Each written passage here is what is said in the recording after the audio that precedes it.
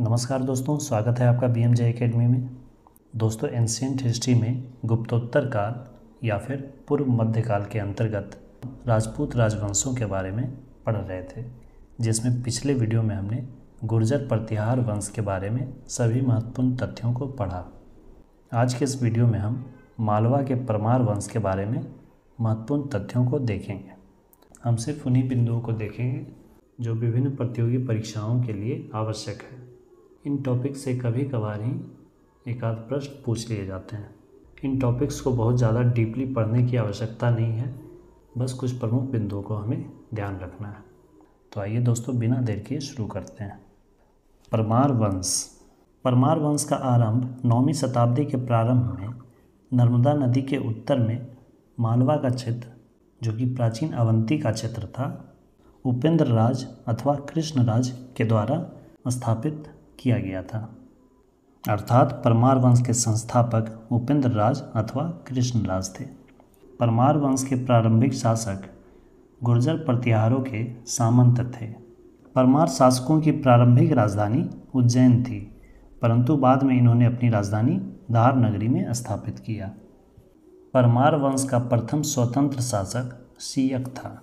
उसके बाद परमार वंश का एक प्रमुख शासक वाकपति मुंज शासक बना। मालवा के क्षेत्र में परमार वंश की शक्ति में वृद्धि वाकपति मुंज के शासनकाल के समय में ही हुई। परमार वंश का प्रमुख शासक राजा भोज था। राजा भोज परमार वंश का सबसे शक्तिशाली और यशस्वी शासक था। उदयपुर प्रशस्ति के अनुसार राजा भोज ने तुर्कों को पराजित किया था और धार नगरी को अपनी राजधानी बनाया था।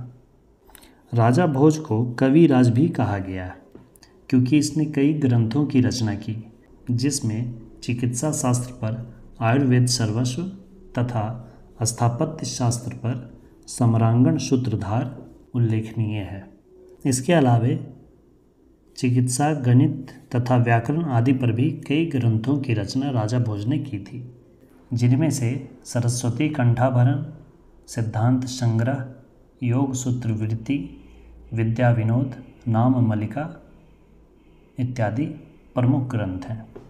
राजा भोज ने धारा नगरी में एक संस्कृत विद्यालय की स्थापना की तथा उसी विद्यालय के प्रांगण में सरस्वती मंदिर का भी निर्माण करवाया।